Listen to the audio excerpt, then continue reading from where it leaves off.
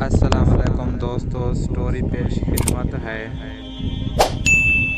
جو آج میں آپ کو سٹوری سنانے جا رہا ہوں۔ الناصر صلاح الدین بن یوسف بن ایوب، جنہیں عام طور پر صلاح الدین ایوبی کے نام سے جانا جاتا ہے، آپ ایوبی سلطنت کے بانی تھے۔ صلاح الدین ایوبی 1138 میں موجودہ عراق کے شہر تکریت میں پیدا ہوئے۔ ان کے زیر قیادت ایوبی سلطنت نے مصر، شام، یمن، عراق، حجاز اور دیار باکر پر حکومت کی۔ سلطان صلاح الدین ایوبی بہادری، فیاضی، حسن خلق، سخاوت اور بردباری کے باعث نہ صرف مسلمان بلکہ مسیحی بھی ان کو عزت کی نگاہ سے دیکھتے ہیں۔ صلاح الدین اپنے کارناموں میں نور الدین زنگی پر بھی بازی لے گئے۔ ان میں جہاد کا جذبہ کوٹ کوٹ کر بھرا ہوا تھا۔ صلاح الدین شروع میں نور الدین زنگی کی فوج میں تھے اور مصر کو فتح کرنے والی فوج کا حصہ تھے۔ ان کے سپہ سالار شیر کوہ صلاح الدین کے چچا تھے۔ مصر فتح ہو جانے کے بعد صلاح الدین کو 564 ہجری میں مصر کا حاکم مقرر کر دیا گیا۔ 569 ہجری میں انہوں نے یمن فتح کیا۔ نور الدین زنگی کے انتقال کے بعد صلاح الدین حکمرانی پر فائز ہوئے۔ مصر کے بعد سلطان صلاح الدین نے 1182 تک شام، موصل اور حلب وغیرہ فتح کر کے اپنی سلطنت میں شامل کر لیے۔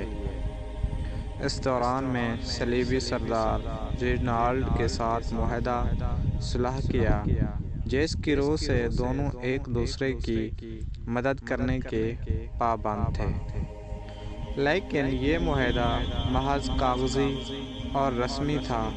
صلیبی بدستور اپنی اشتعال انگیزیوں میں مصروف تھے اور مسلمانوں کے قافلوں کو برابر لوٹ رہے تھے۔ تو دوستو 1186 میں مسیحیوں کے ایک ایسے ہی حملے میں رینالڈ نے یہ جسارت کی کہ حجاز مقدس پر حملہ آور ہوا۔ صلاح الدین ایوبی نے ان کی سرگرمیوں کی روک تھام کے لیے فوراً اقدامات کیے اور رینالڈ کا تعاقب کرتے ہوئے اسے حطین کے مقام پر جا لیا۔ 1187 کو حطین کے مقام پر تاریخ کی خوفناک جنگ کا آغاز ہوا۔ اس جنگ کے نتیجے میں 30,000 عیسائی ہلاک ہوئے اور اتنے ہی قیدی بنا لیے گئے۔ رینالڈ گرفتار ہوا اور سلطان نے اپنے ہاتھ سے اس کا سر قلم کیا۔ دراصل رینالڈ نبی پاک ور کی شان میں برملا طور پر گستاخی کیا کرتا تھا اور سلطان صلاح الدین نے اسے اپنے ہاتھوں سے مارنے کی قسم کھائی ہوئی تھی۔ حطین کی فتح کے بعد صلاح الدین نے بیت المقدس کی طرف رخ کیا۔ ایک ہفتہ تک خون ریز جنگ کے بعد مسیحیوں نے ہتھیار ڈال دیے اور رحم کی درخواست کی۔ بیت المقدس پورے 88 سال بعد دوبارہ مسلمانوں کے قبضے میں آیا اور تمام فلسطین سے مسیحی حکومت کا خاتمہ ہو گیا۔ بیت المقدس کی فتح سلطان صلاح الدین ایوبی کا عظیم شان کارنامہ تھا۔ انہوں نے مسجد اقصیٰ میں داخل ہو کر نور الدین زنگی کا تیار کردہ منبر اپنے ہاتھ سے مسجد میں رکھا اور اس طرح نور الدین زنگی کی خواہش ان کے ہاتھوں پوری ہوئی۔ بیت المقدس پر فتح کے بعد یروشلم کی وہ مسیحی حکومت بھی ختم ہوئی جو فلسطین میں 1099 سے قائم تھی۔ بیت المقدس پر تقریباً 761 سال مسلسل مسلمانوں کی حکومت رہی۔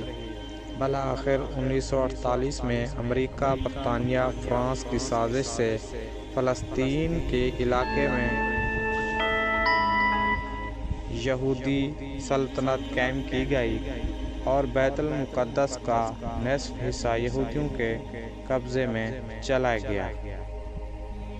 1967 کی عرب اسرائیل جنگ میں بیت المقدس پر اسرائیل نے پھر قبضہ کر لیا، جو آج تک جاری ہے۔ سلطان صلاح الدین ایوبی بڑے بہادر اور فیاض تھے۔ لڑائیوں میں انہوں نے مسیحیوں کے ساتھ اتنا اچھا سلوک کیا کہ مسیح آج بھی ان کی عزت کرتے ہیں۔ 4 مارچ 1193 سلطان صلاح الدین ایوبی انتقال کر گئے۔ انہیں شام کے موجودہ دارالحکومت دمشق کی ایک مسجد امیہ کے نواح میں سپرد خاک کیا گیا۔ سلطان صلاح الدین ایوبی نے کل 20 سال حکومت کی۔ مورخ ابن خلقان کے مطابق ان کی موت کا دن بہت زیادہ تکلیف دہ تھا۔ موجودہ دور موت کا دن بہت زیادہ تکلیف دہ تھا۔ موجودہ دور کے ایک انگریز مورخین لین پول نے بھی صلاح الدین کی بڑی تعریف کی ہے اور وہ لکھتا ہے کہ بادشاہوں اور ان میں ایک عجیب فرق تھا۔